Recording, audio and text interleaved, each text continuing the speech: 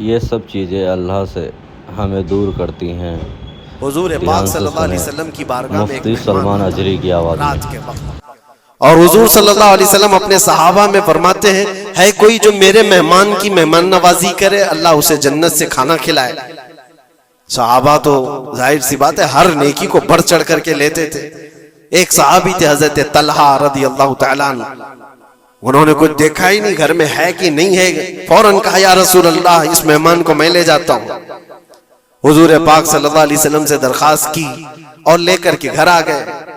پتا چلا بیوی کو نے کہا پہلے تو ہمارا خود کا ہی کھانا نہیں ہے، آپ مہمان بھی لے آئے۔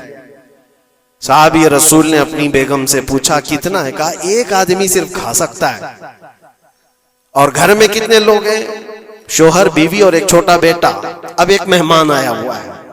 صحابی رسول نے اپنی اس فکر کا اظہار کیا بیگم سے کہ اب کیا ہوگا، ایک آدمی کھا سکتا ہے اور 4 لوگ یہاں موجود ہیں۔ اللہ اکبر، وہ خواتین بھی حضور کے زمانے کی کیسی تھی۔ انہوں نے کہا اپنے شوہر سے گھبرائیے مت، میں بچے کو تھپکیاں دے کر سلا دوں گی، آج ایسے سلا دوں گی، اور دسترخوان پر جب بیٹھے آپ کو کھانا میں پروس دوں گی، اور پھر بتی اچانک گل کر دیں گے، چراغ بند کر دیا جائے گا، آپ کھانے جیسا منہ چلاتے رہیں اور اس مہمان کو لگے کہ آپ بھی کھا رہے ہیں، اور کھانا پورا اس کے سامنے رکھیں تاکہ وہ پیٹ بھر کر کھا لے۔ ایک آدمی کے کھانے کے لیے یہ ہیلا کیا جا رہا ہے، خود بھی بھوکے ہیں۔ ایسے ہی ہوا، دسترخوان بچھا ہے اور صحابی رسول نے کھانے کا برتن ان کے سامنے پیش کیا اور اچانک چراغ کو بجھا دیا گیا، اندھیرا ہے۔ انہوں نے افسوس کا اظہار کیا، کہا اتفاق ہے چراغ گل ہو گیا، آپ کھا لیجئے، ہم بھی کھا رہے ہیں۔ اور سارا کھانا اس مہمان کے سامنے رکھا، مہمان کو یہ لگتا رہا کہ یہ لوگ بھی کھا رہے ہیں، اور پورا کھانا وہ پیٹ بھر کر کھا لیا، شکم سیر ہو گیا۔ اور اس کے بعد برتن اٹھا دیا گیا۔ وہ صحابی رسول حضرت طلحہ بھی بھوکے سوئے، ان کی بیوی بھی بھوکی سوئی، ان کا بیٹا بھی بھوکا سویا، صرف ایک مہمان کی مہمان نوازی کے لیے، اپنی عزیز چیز، اپنی پسندیدہ چیز قربان اللہ کے نام پر۔ لیکن میرے عزیزوں، واقعہ صرف اتنا ہی نہیں ہے۔ صبح ہوتی ہے، حضور پاک صلی اللہ علیہ وسلم صحابہ سے کہتے ہیں طلحہ کہاں ہے؟ حضرت طلحہ اس مہمان کے ساتھ آئے، حضور دیکھ کر مسکرانے لگے، طلحہ تمہاری مہمان نوازی کی تعریف جنت میں فرشتوں کے درمیان ہو رہی ہے، اللہ تبارک و تعالیٰ تمہاری مہمان نوازی کی تعریف فرما رہا ہے۔ جبرائیل آئے تھے اور مجھے بتا گئے کہ آپ کے ایک صحابی نے اللہ کے نام پر اپنا سب کچھ اس مہمان کو کھلایا ہے۔ یہ ہے جس کو ایثار کہتے ہیں، اس کو کہتے ہیں یہ قربانی۔ پیٹ خالی ہو اور دوسرے کا خیال ہو، پیٹ بھر جانے کے بعد تو پھر وہ ویسٹیج دینے کی بات آتی ہے، اپنے گھر کا بوجھ نکالنے کی بات آتی ہے۔ اچھی چیز جب اللہ کریم کی بارگاہ میں دے دیا جائے تو وہی قرآن میں اللہ نے فرمایا لن تنالوا البر حتى تنفقوا مما تحبون، تم اس وقت تک اس کامیابی کو نہیں پہنچ سکتے جب تک کہ اپنی پسندیدہ چیز اللہ کی بارگاہ میں قربان نہیں کرتے۔ پسندیدہ کا لفظ ہے، اپنی چاہی ہوئی چیز کا ہے۔ اسی لیے عزیزان گرامی وقار، حضور اکرم صلی اللہ تعالی علیہ وسلم کے صحابہ میں سے ہم نے دیکھا ہے، ان صحابہ اکرام نے کبھی ان چیزوں کو ایسا پسند نہیں کیا، ایسا پیار نہیں کیا، دنیا کو گلے لگا کر اس کے باوجود بھی اس کو قربان کرتے رہے، قربان کرتے رہے۔ جو چیز دنیا میں تمہیں غافل کرتی ہے وہ یہی چیزیں ہیں جس کو اللہ تعالیٰ تم سے دور کرنا چاہتا ہے۔ قرآن پاک میں اللہ تعالیٰ پوچھتا ہے یا ایھا الانسان ما غرک بربک الکریم، اے انسان تجھے تیرے رب سے کس نے دھوکہ دیا ہے؟ کون ہے جو تجھے تیرے رب سے دور کیا ہے؟ یہ تمہاری دکانیں، یہ تمہاری جائیداد کا حساب کتاب، یہ تمہاری اولاد کی محبت، تمہاری بیویوں کی محبت، یہ وہ ساری دنیا ہے جو تجھے اللہ کی عبادت سے دور کیے جا رہی ہے۔ کیوں وقت پر تمہاری نماز ہوتی نہیں؟ ریزن خود تلاش کر لینا آپ جا کر کے۔ ظہر میں میں کہاں تھا؟ کون سی چیز نے مجھے نماز سے روکا تھا؟ عصر میں کہاں تھا؟ کس چیز نے مجھے سجدہ کرنے سے دور کر دیا؟ ریزن آپ خود ڈھونڈو، روزانہ آپ خود ڈھونڈو۔ مغرب میں کیوں سر نہیں جھکا پایا میرے رب کی بارگاہ میں؟ کون سی چیز مجھے روکی تھی؟ کیا میں دکان پر بیٹھا تھا؟ تو وہ دنیا ہے جو دھوکہ ہے جو تجھے اللہ سے دور کر رہی ہے۔ یا تم دوستوں کے ساتھ بات چیت میں بزی ہو گئے تھے تو یہ دوست شیطان ہیں جنہوں نے تجھے اللہ سے دور کیا تھا. یا کوئی اور چیز تھی, موبائل میں بیٹھا تھا, گیم کھیل رہا تھا, یہ وہ دنیا ہے جو تجھے اللہ سے دھوکہ دی ہوئی.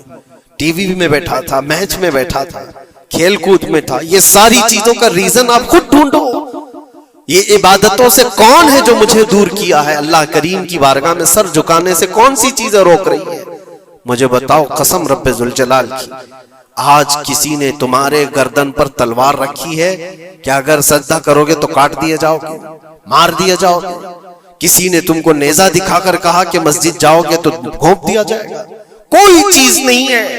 تمہارا نفس ہے جو تمہیں دور کیا ہوا ہے. تمہاری اپنی وہ چیزیں ہیں جن کو تم دل سے لگائے ہوئے ہو. اللہ کریم کی بارگاہ میں آنے کے لیے جو اہمیت تمہیں دینا چاہیے وہ دوسروں کو اہمیت دینے لگ گئے. اسی لیے ایک بزرگ نے کیا خوب کہا تھا. وہ اپنے مرید کی دکان میں گئے, بہت بزی شیڈول تھا اس مرید کا. دکان میں اتنے گاہک ہوتے تھے, بھیڑ ہمیشہ, وقت ہی نہیں ملتا تھا بیچارے. لیکن پیر صاحب آئے ہیں دکان میں تو عزت و احترام ہونی چاہیے. اپنے مرشد کو اس نے بلایا, کرسی پر بٹھایا. بہت دیر تک وہ اس کی دکان میں پڑھتے رہے, بیٹھے رہے. وہ بھی خوش باش تھا, پیر صاحب آئے پڑھے تو اور برکت, اور اس کو وقت ہی نہیں ہے. تھوڑی دیر کے بعد پیر و مرشد نے اس کے دکان کی چیزیں اٹھا کر کے جو ڈبے وغیرہ تھے سونگنے لگے. یہ سونگا, وہ سونگا. اس مرید نے پوچھا حضور یہ آپ کیا کر رہے ہیں, کیا سونگ رہے ہیں؟ کہا میں یہ دیکھ رہا ہوں کہ ان ڈبوں میں کہیں تو پخانہ تو نہیں کرتا, کہیں تو اپنی حاجت اسی میں تو نہیں کرتا. اس نے کہا کیوں آپ ایسا کہہ رہے ہیں؟ کہا تو جتنا بیزی ہے جانے کا موقع کہاں ملتا ہوگا, یہی تو اپنا ٹوائلٹ بھی کرتا ہوگا. اس نے کہا حضور اتنا وقت تو نکال لیتا ہوں, طہارت کے لیے جا سکتا ہوں, استنجا پخانے کے لیے تو جا سکتا ہوں. زوردار تماچا انہوں نے لگایا. اپنے پیٹ کی گندگی نکالنے کے لیے تیرے پاس وقت ہے, اس رحمان کے دربار میں سر جھکانے کے لیے تیرے پاس وقت نہیں. تو نے کس چیز پر اپنا دل لگا رکھا ہے؟ یہ تھی ان کی تربیت. حقیقت ہے میرے عزیزوں, ہم اگر ریزن ڈھونڈیں تو چھوٹی چھوٹی چیزوں کے لیے ہم اپنا وقت بھی دیتے ہیں, پیسے بھی دیتے ہیں. لیکن اللہ کریم کے ساتھ تمہارا کیا سلوک ہے؟ یہ حدیث سنا کر میں بس ختم کرتا ہوں. اللہ کریم خود فرماتا ہے, یہ حدیث قدسی ہے. حدیث قدسی اس کو کہتے ہیں فرمان اللہ کا ہے, زبان رسول اللہ کی. اللہ فرماتا ہے انا عند ظن عبدی بی, بندہ میرے متعلق جیسا گمان کرتا ہے میں اس کے ساتھ ویسا سلوک کرتا ہوں. تم اللہ کریم کے لیے کیا مقام رکھتے ہو اپنے دل میں؟ اللہ کی بارگاہ میں آتے ہو تو کس طرح؟ اسی لیے حضرت رابعہ بصریہ رضی اللہ تعالیٰ عنہا کو ہم نے سنا ہے کہ جب وہ نماز کے لیے جاتی تو دلہن کی طرح سج کے جاتی تھی, پورے تیار ہو کر. پوچھا ان سے کسی نے تو وہ کہتی تھی میں چاہتی ہوں کہ اللہ نے جتنی نعمتیں مجھے دی ہیں اس بادشاہ کو نہ دکھاؤں تو پھر کس کو دکھاؤں؟ اس بادشاہ کی بارگاہ میں جا رہی. دنیا والے سیٹھوں کے سامنے جانے کے لیے سجتے سورتے ہیں, میں خلاق العالمین کی بارگاہ میں جانے کے لیے سجتے. اور ہمارا کیا مزاج ہے؟ ہم نے دیکھا ہے مسجد میں آنے کا انداز کس کا کیسا ہے.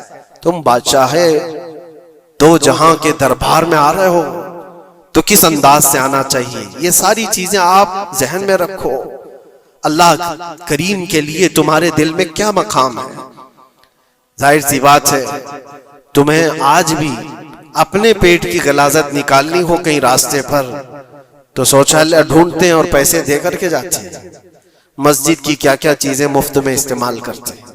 کبھی اس کا خیال آتا ہے کہ ہم یہاں کی اے سی, یہاں کے پنکھے, یہاں کے قالین, یہاں کا پانی سب کچھ استعمال کرتے ہیں, لیکن مسجد میں جو ڈبہ گھومتا رہتا ہے تو لوگوں کو ایسا لگتا ہے کہ یہ تو صدر سیکریٹری کے لیے گھومتا ہے, یہ کمیٹی کے لیے جاتا ہو. آپ اس وہم و گمان سے نکل جاؤ. اللہ کی بارگاہ میں 1 روپیہ بھی جو دیا جاتا ہے وہ شمار ہوتا ہے دنیا بھر کے تمام دولتوں سے زیادہ عزیز اللہ کی بارگاہ میں وہ پیسہ ہے جو یہاں صفوں میں آپ نے اللہ کے نام پر دیا ہوا. اپنی عادت رکھو کہ مسجد کے لیے ہمارے دل میں کیا احترام ہے. دوسری دنیاوی کسی بھی چیز کو دیکھنے کے لیے ٹکٹ دیتے ہیں, وہاں چھوٹی موٹی چیزوں کو خرچ کرنے کے لیے ہم بے پناہ پیسے خرچہ کرتے ہیں. پان میں، بیڑی میں، سگریٹ میں، تھوکنے میں کتنے پیسے برباد کیے جاتے ہیں۔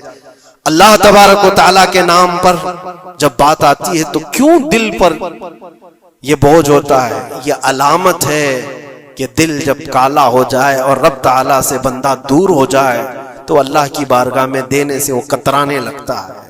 اپنے دل کا علاج کرو اور اللہ کی بارگاہ میں یہ دعا کرو کہ مولا مجھ پر میرے نفس کو غالب ہونے سے بچا لے اور میرے دل کو پاک کر کے تیری دربار میں ہمیشہ جھکنے والا دل بنا دے۔ یہ دعا کرو کہ رب تبارک و تعالی مرنے سے پہلے ہمارے دلوں کو پاک و صاف فرمائے اور خالص اس کی رضا کے لیے ہمیں ہماری عزیز چیزوں کو قربان کرنے کا اللہ تبارک و تعالی ہمیں موقع عطا فرمائے۔ اور خاص طور پر یہ دعا کہ رب العالمین جب آخری وقت آئے تو تیرے حبیب پاک کی عزت کے لیے مرنے کی توفیق عطا فرما اور اس راستے میں ہمیں شہادت عظمی نصیب فرما، تیرے نبی کے قدموں میں دفن نصیب فرما۔ وآخر دعوانا الحمدللہ رب العالمین۔